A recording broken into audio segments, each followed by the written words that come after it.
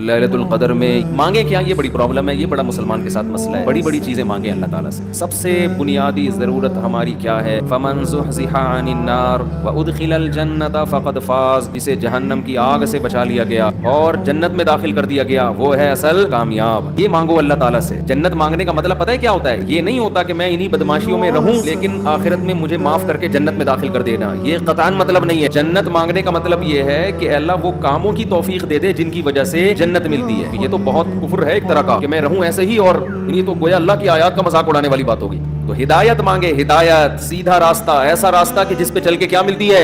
जन्नत। उस रास्ते पे चला दे, ये सबसे ज्यादा मांगा करें।